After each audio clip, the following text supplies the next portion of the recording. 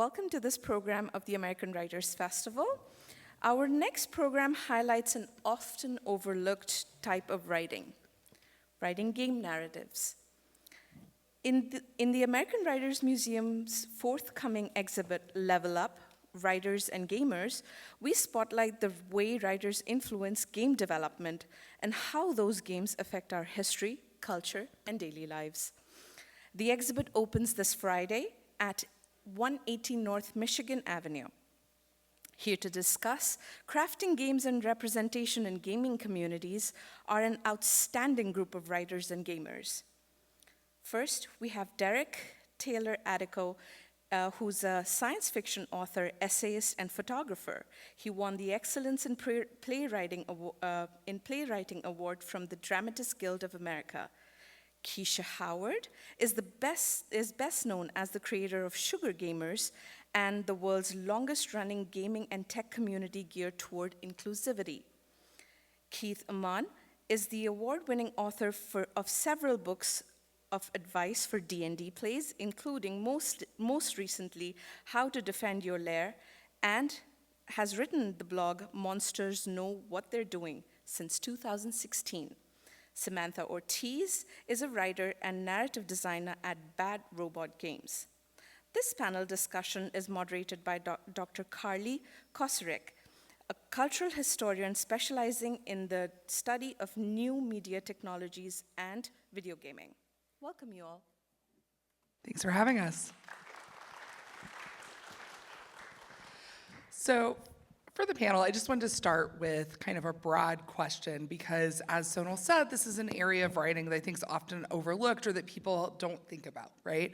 And so if you were just going to say broadly, like where do games and writing intersect, or what's the relationship between games and writing? Like, how would you describe that, or how would you explain that? Well, I guess I'll go first. As a kid, I was an avid book reader. Like, that was my escapism. That was like my me time. That was everything to me. That's how I learned. And that was in the 80s, right? When I first started developing those formative experiences. So when video games first came out for me, and I experienced that immersion between play and visuals and storytelling, that really sort of expanded how I thought about my identity even, or just what could exist, the possibilities that were out there. So that's what gaming and writing really mean. It was absolutely a formative experience. I think for me, it was playing role-playing games. And when I first started playing role-playing games, I said to myself, well, not only do I want to play, I want to learn how to construct that. And to do that, you have to write, of course. So that's how I got into it. Yeah, and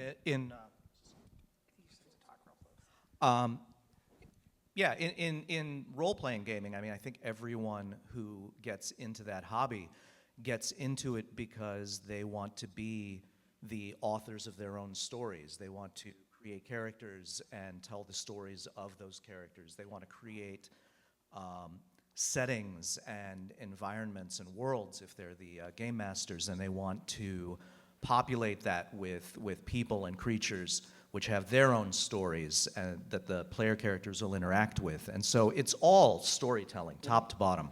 And when you start publishing things for people outside your own group, then you're writing it down, because that's how you transmit that knowledge. Yeah, everyone said it really well, but yeah, just all games have story. All games, the games that you don't think have story because they're very mechanic heavy, there's a story behind it. Everything has lore. Yeah, and the more that you work with it and break it down, it's really rewarding. A couple of you talked a little bit about role-playing games and kind of how important those are for kind of thinking about games and writing. Can you talk a little bit about the kinds of writing or the kinds of creativity that players experience in role-playing games? I'm sorry, there we go. Can we repeat that for me? Yeah, like what are the kinds of writing and creativity that players get to experience in role-playing games? I think a couple of you talked about starting there.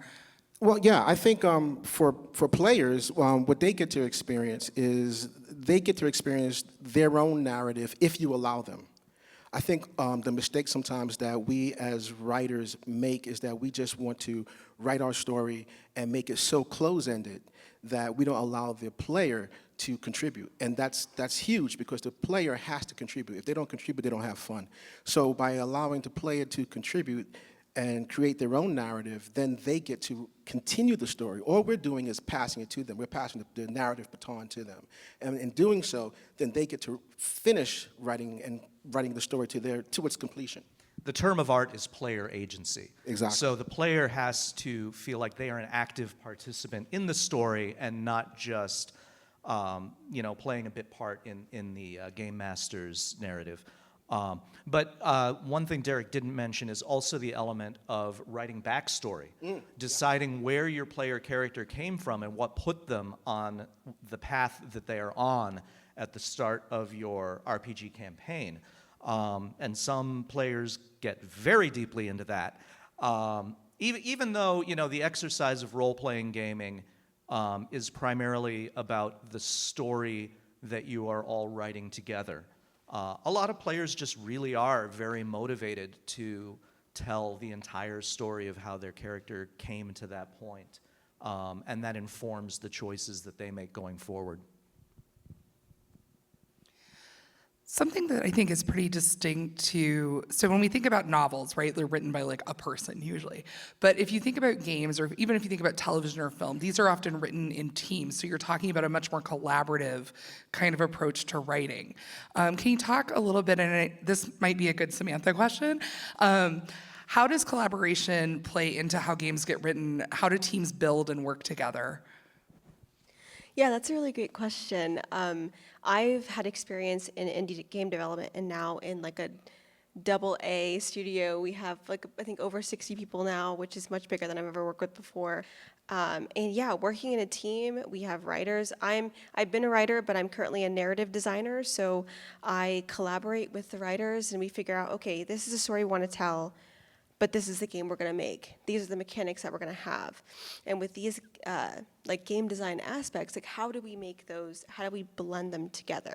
Because in fiction writing, for example, I can write a story from beginning to end, and I guide the reader the whole way through, right? If I want my character to walk into a room, look to the right, and see the book on the shelf and pull that book, they do that exactly when I want them to. And in a game, a player can not go into the room at all. They can go in, they can go left, they can go look at the lamp on the table before they even touch the book. They can miss the book entirely. So it's really a cross-discipline collaboration of trying to figure out the game that best suits players that love story, love narrative, and also want to just run and play the game and enjoy the mechanics and still get an overall story that fits what we want to tell. Yeah. And I can also say that for the Star Trek Adventures role-playing game, the Shackleton Expanse book, we created a writing room, that's with Modiphius, and we created a writing room where we broke the story from beginning to end throughout the book. And it was like four or five of us, and we created a narrative that went throughout the entire book. And we did that so that players can take this story and go from beginning to end throughout it. And to do that, it's just like what you do with video games. It's the same thing. So it's not just individual campaigns, but it's an overall larger story. Something I teach, and I teach in a game design program, and I see some people the age of my students and younger here, and I know that their parents always ask me a very important question when they show up to tour campus, which is, are there any jobs, right? And obviously, I am on a panel right now with several people who are employed. And so I was wondering if you could talk a little bit about some of the different roles, right? Because there's a lot of different, you all do very different kinds of work and have done different kinds of work in the past. So if someone that is very talented or interested in writing or narrative, what are the kinds of roles that they can look for in the industry? I mean, at this point, I hate when all the conversations turn this way, when we have to talk about the AI in the room. But really distinguishing yourself in having critical thinking skills and problem-solving skills and understanding conceptually how something works before you just kind of settle on an answer, those sorts of things are really important right now. Research is going to be incredibly important. So right now, it's about being familiar enough with AI to understand like what jobs it's taking and what is going to distinguish your writing style and how you connect with community, how you connect with players in play. That's really going to make a difference. So, I would stay there, because right now, in real time, we're losing so many different job titles in the video game industry. So moving forward, there are going to be new ones, and those new ones are probably going to incorporate some experience about like how AI writes. So, and how it writes video games that players like, and how we use that data, and so on and so forth. So, but yeah, you have to ask me a nicer question next time.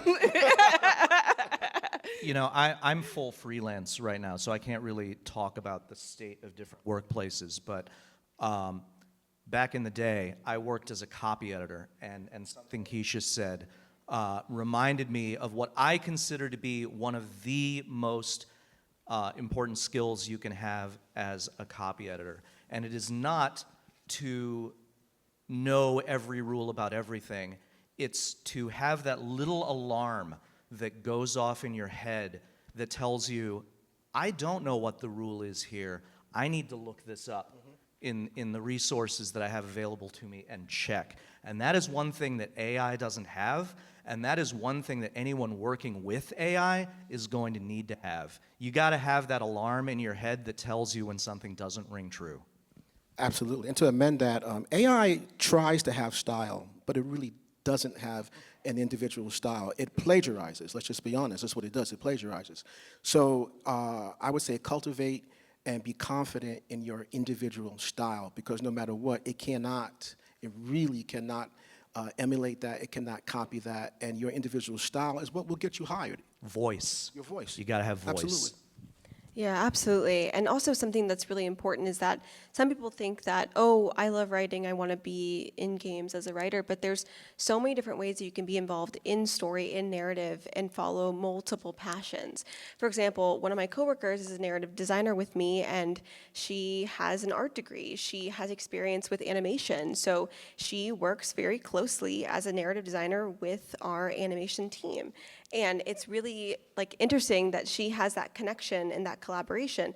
I have a degree in computer science. I have a minor in creative writing. That was my passion. And I'm, as a narrative designer, I implement in Engine. I get to work with technical tools. And so we both have gotten to combine our two loves to still be in story, still be in writing, but also we find ourselves being really useful to the team in those ways of like expressing our like other skill sets. And I think that's really important to remember, that you don't have to dive all into like one aspect of your interest in your craft. You can always expand it. Can you, just for people who aren't familiar, can you talk a little bit about what a narrative designer is, right? Oh, like, boy. If people, right, if people aren't in and around the games industry, Yes. like that's a very like industry-specific title, right? Yeah, it sounds a lot cooler than it is. No, I'm just kidding. Yeah, narrative designer, it's really different depending on what studio you work for, which is a little infuriating, but also a little exciting. So basically, if you are a narrative designer, but there are no writers in your team, you design the narrative and you write the narrative as well. And I have done that before. At the job that I currently am at as a narrative designer, I collaborate with a bunch of different disciplines: game designers, combat designers, animation, art, concept art, all of the different teams. And I work in the narrative. I make sure that everything is massaged in and works and flows. I take art, I take narrative tools made by programming, I take mechanics, and I implement them all and kind of see it all come to life together, which is very fun and exciting. And I think it's like my favorite thing that I've ever gotten to do in my career. That's awesome. So for all of you, to get us back to the actual focus of the panel, right? Like, what are some ways that kind of diversity of representation in games is meaningful, or matters for players, or even matters for developers? Well, I think one of the primary and most obvious ways is voice, right? Because I can just, speaking for myself only, I know what I bring to the table is my unique voice. As a black man writing for, let's just say, Star Trek, I bring a voice about what the 24th century looks like from a black perspective. No one else can do that. You know, no one else can write Derek's perspective, Derek being a black man living in the 20th century, 21st century. And a black person, the black voice, I think is essential. I think we need people of color, we need diversity, we need people not only, specifically for the future in science fiction, we need people of color writing and being in those rooms, speaking about what happens in the future, what happens in those rooms. I think that's essential. That's all I got to say. I mean, I would say, like, especially in video games and in writing and just in the world we live in right now, everything's becoming very competitive. So having access to people who have these lived experiences and really valuing what that contributes an additional perspective where you can solve problems. That contributes to, you know, overall innovation. When we want something new and fresh, we look in spaces that we haven't utilized. Right now, you know, a lot of our content is kind of recycled. And a lot of us are craving for new stories. And those new stories are going to come from people that have diverse backgrounds and perspectives, people we haven't heard from before, people who we haven't, you know, historically allowed to solve problems in the way that they would. So I'm really excited about what that means moving forward and how, you know, everything will be impacted in how we write and what that will lead to, because as you were saying earlier, having a style is really hard to emulate. You like the person, you have a human sort of connection with a person's style. And I'm really excited to see what people are gonna do with writing, storytelling, and the tools that we have access to.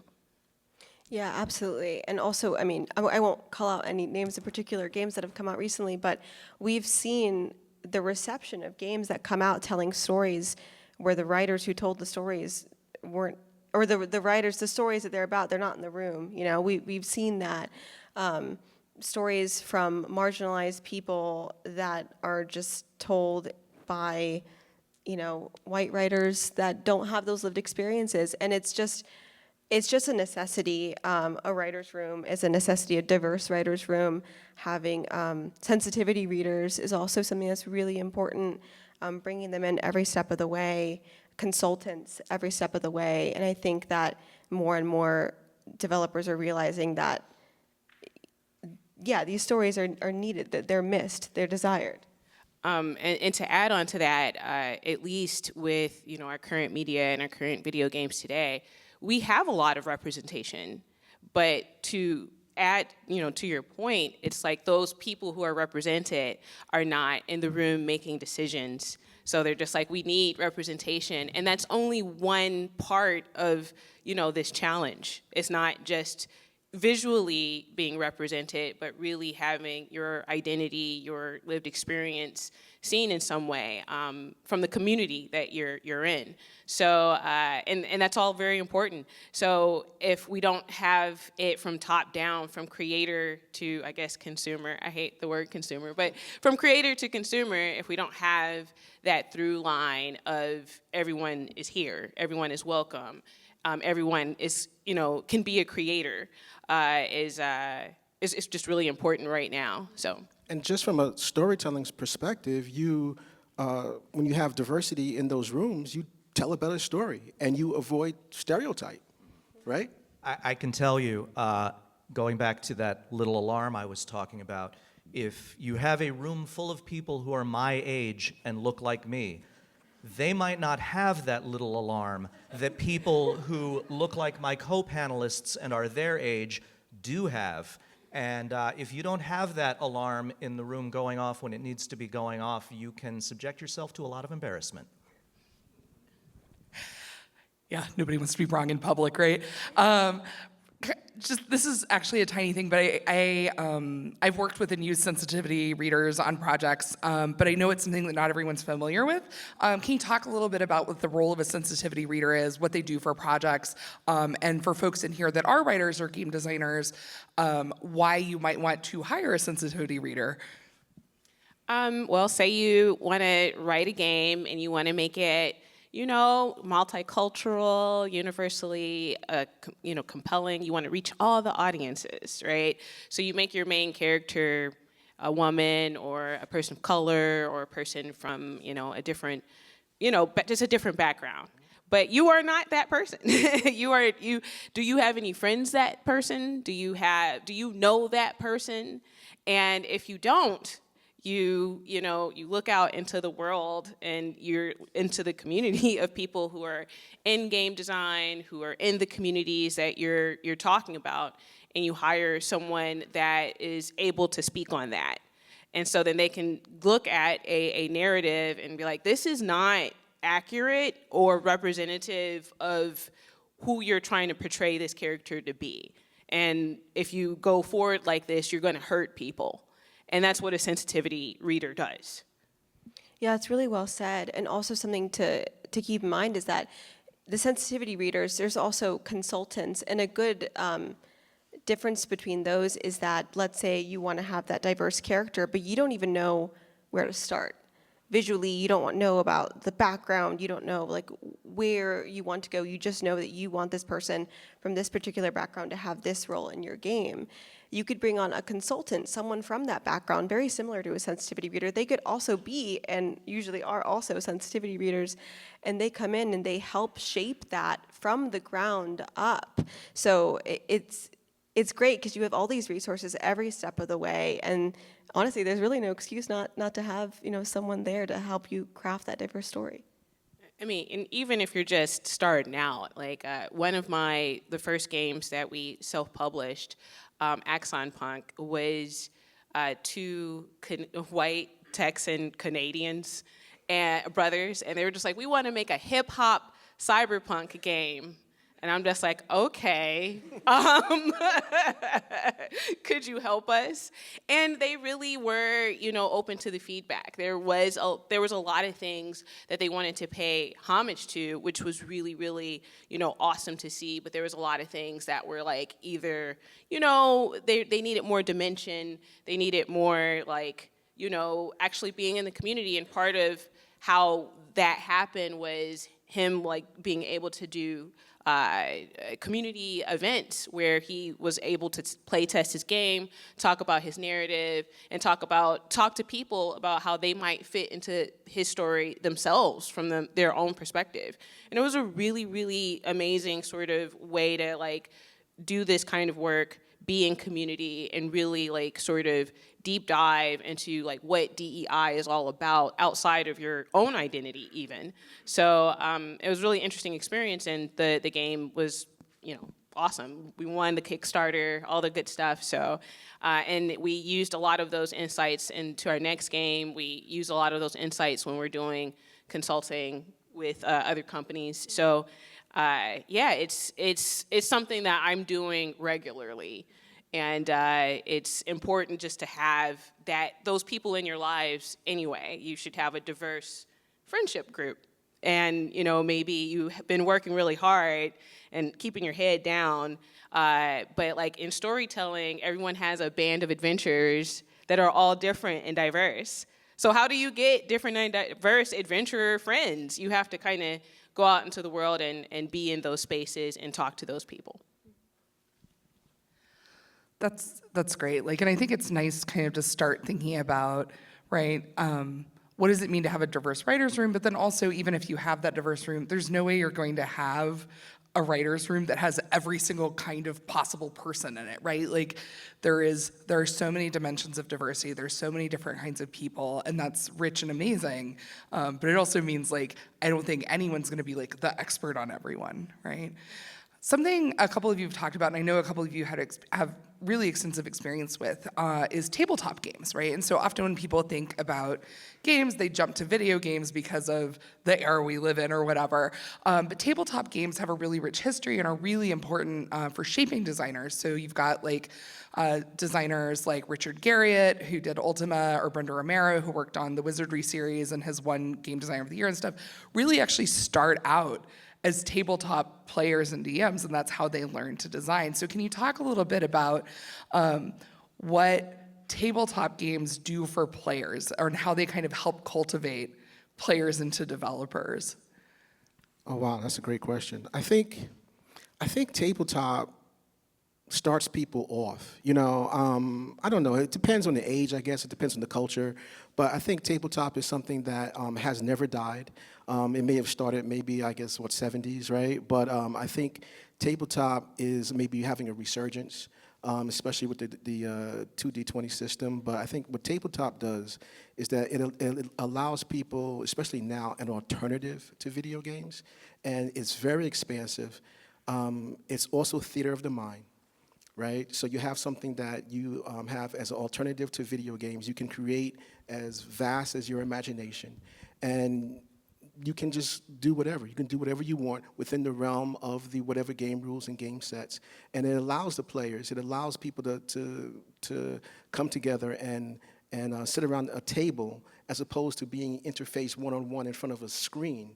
It allows players to just sit around, commune together, which is something which is very unique and I think we've gotten away from in the age of media and devices, you know.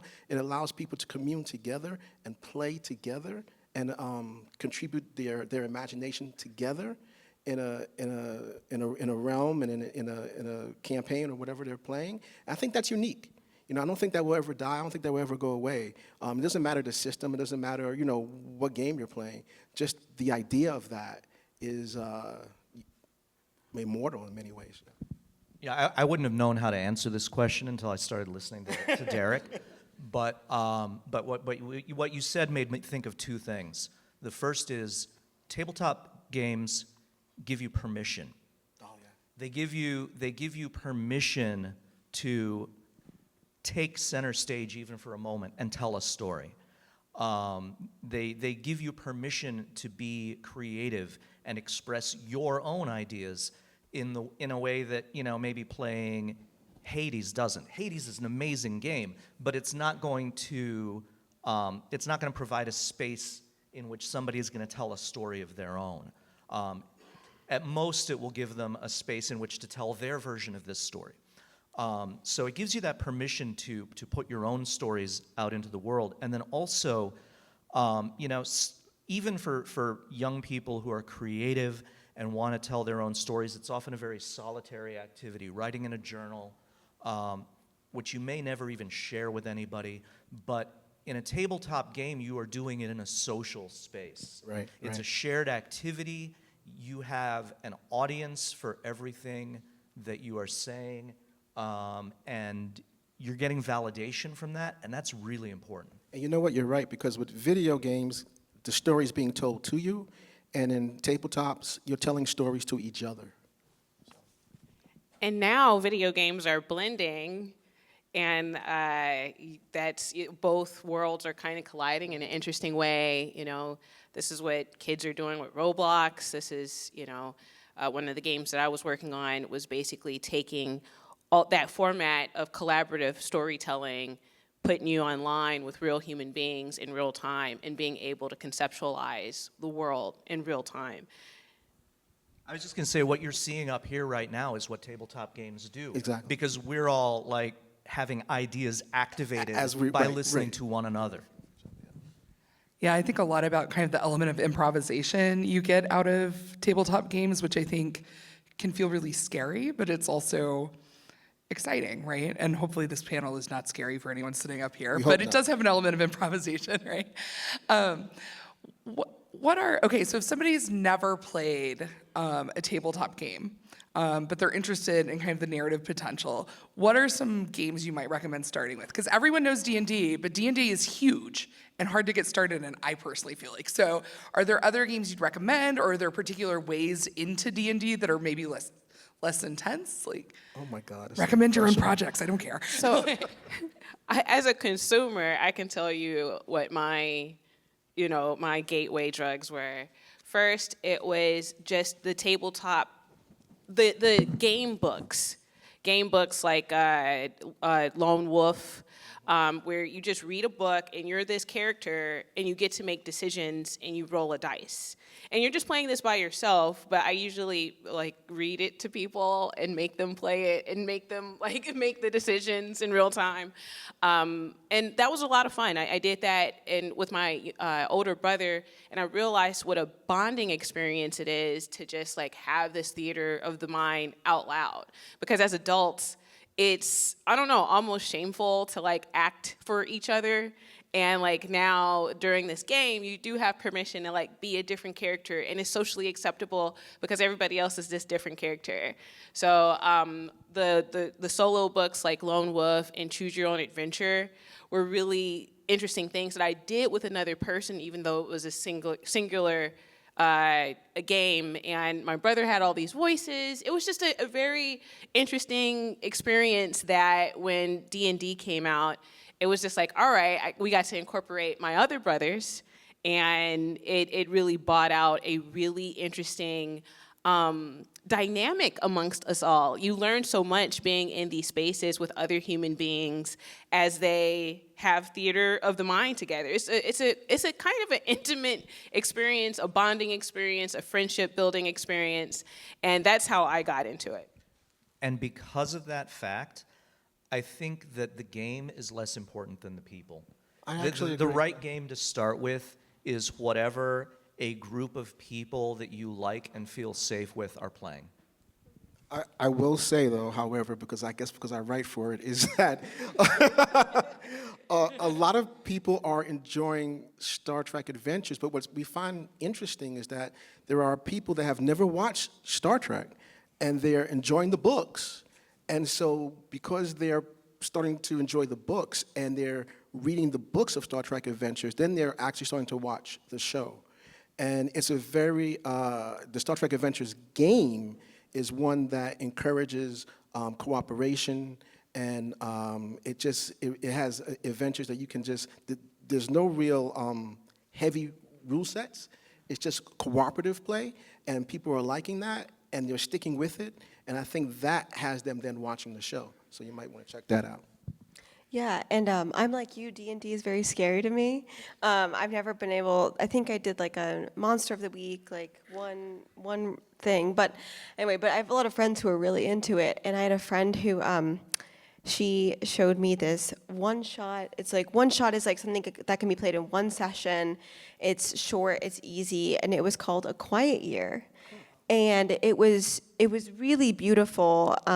It was me and 3 other people, and we just kind of recreated civilization using a set of rules that we determined for ourselves. And we played these characters in specific scenarios, but we were also the gods, we were the storytellers, we were the DMs, we were also the players. And it was really interesting and really exciting, and it made me a lot more interested in what these one-shots and campaigns can really do.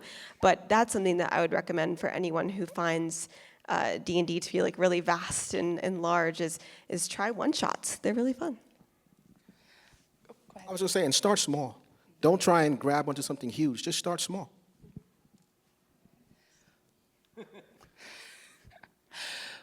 What are some of the skills? So if someone's wanting to get started writing games, right, or making games that are writing focused, what are some starting places, or what are some skills? I think a lot of people have this tendency to be oh, someday I want to do this thing once I know everything. Someday I'll write a novel after I'm a really good writer. Someday I'll make a game after I know all these mechanics. But at some point you just have to start, right? So if you were just gonna start, right, what would be a good skill building thing to do to write something game-ish or game adjacent, or to start making a game?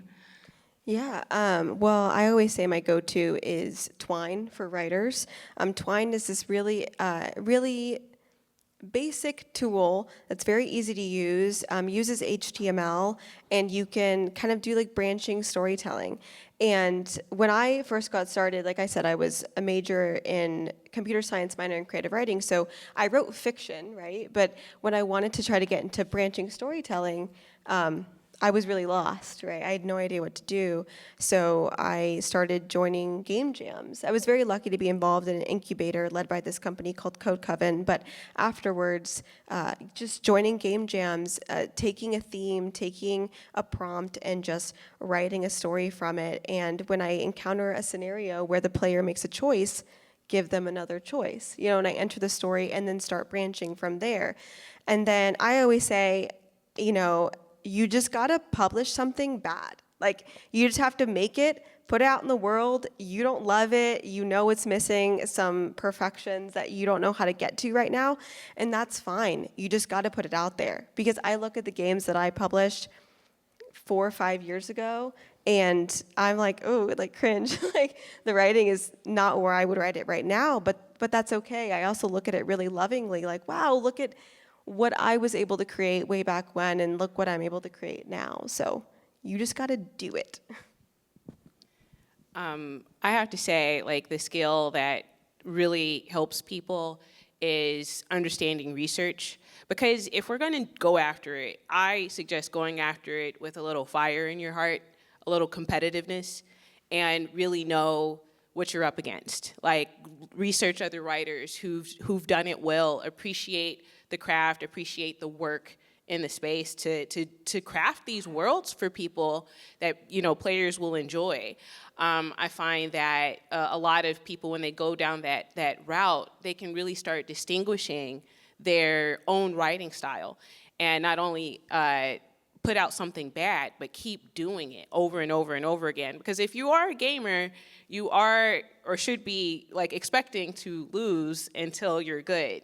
And that's how getting, distinguished and whittling down works. So you keep having experiments, you do your research, and you really have, you edit down what you want, because you're working in the gaming industry. And I would say for game writers particularly, they don't know exactly what they want to contribute. And there's so many ways that writers can for games, because we're writing for all different types of players and scenarios and outcomes. So, like, researching what has been done, understanding the tools currently and what they can do, and whittling it down to what it is that you're going to have fire to continue regardless. I agree with that wholeheartedly, but don't get trapped and lost in your research, because a lot of people would just research forever. And right? We all know that. I started writing with role-playing games. That's how I started writing. But start small. Do something, maybe a campaign or something for your friends. It's okay to fail, and then do it again. Rinse and repeat. That's how you get good. You just keep going. Learn from each cycle. Exactly. Keisha, something I wanted to ask you about, because you have run Sugar Gamers for so long, right? What are the changes you've seen in the industry in terms of diversity and representation, and how do you feel about kind of the future going forward from here? Well, I mean, interestingly enough, I started Sugar Gamers during the 2008 recession.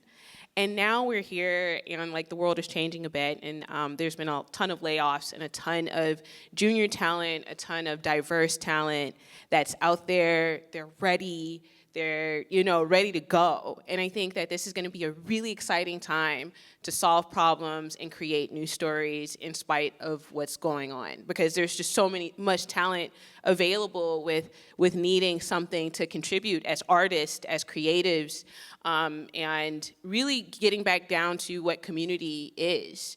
I'm very excited for that to begin, because people were working in their spaces and realizing how isolating it is, and how that, in order to tell these stories, we do have to segment some outside time, some community time, to like understanding your human experience time, so we can continue telling stories that have that human element that we all connect with, especially in games. So I'm excited for what this means, even though, the things that will come out of this will be coming out of a challenging time. I think that there are going to be some super cool collaborations and ideas. Does anybody else have thoughts on that?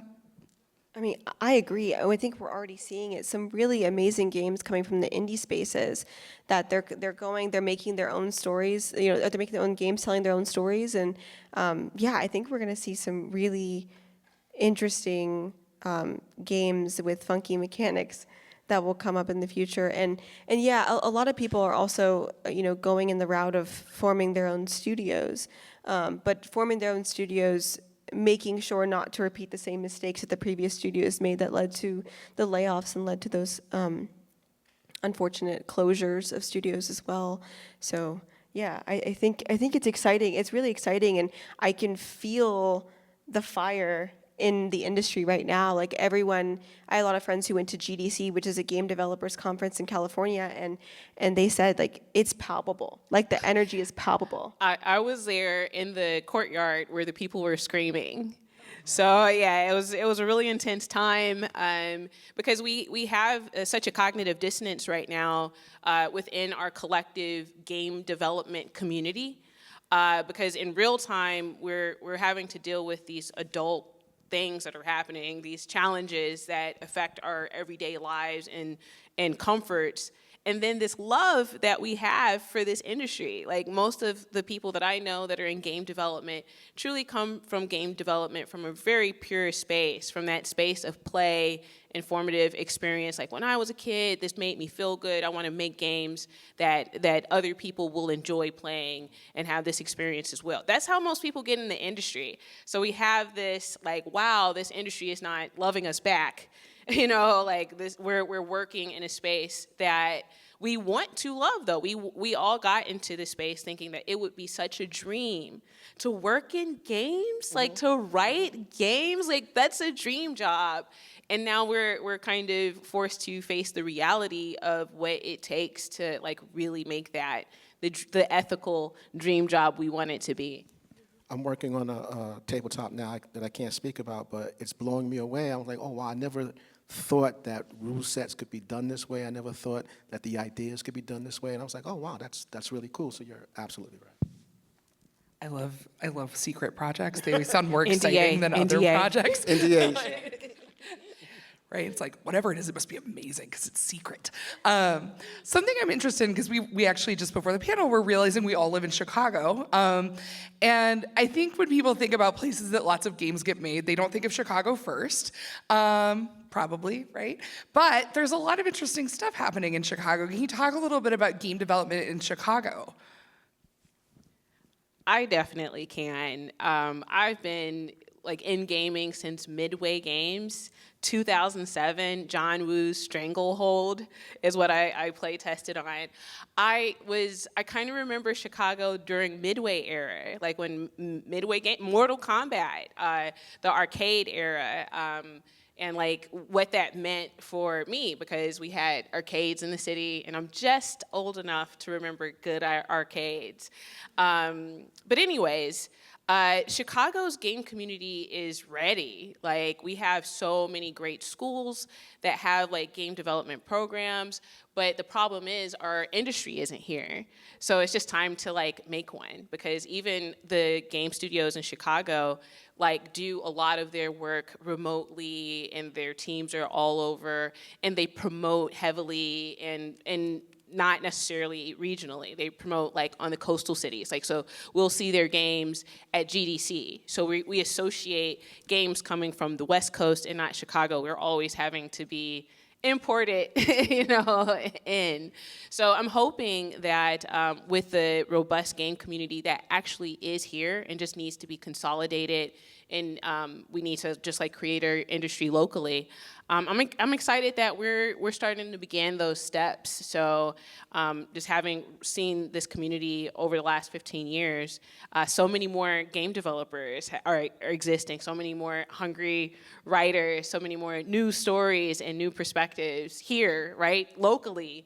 I mean, you're seeing it yourself. So it's a really wonderful time to like be here, because like Chicago is kind of ripe for, you know, more game industry right now, like with urgency. So One thing that I think has been going on under a lot of people's radar is the number of tabletop actual play podcasts and streaming shows that come out of here.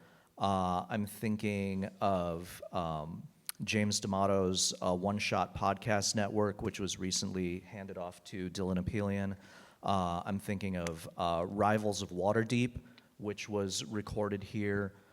Tanya DePass and some friends of hers before I think some of them moved away and they lost funding and some other things conspired to bring that one to an end.